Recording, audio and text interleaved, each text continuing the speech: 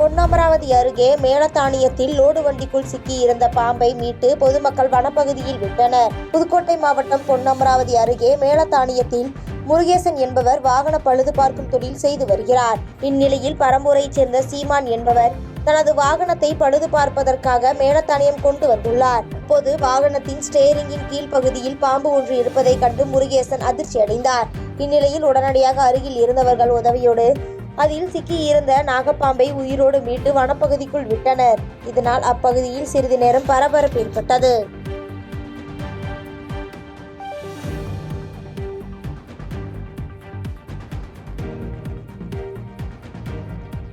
பாதகம் செய்பவரை கண்டால் நாம் பயம் கொள்ளலாகாது பாப்பா.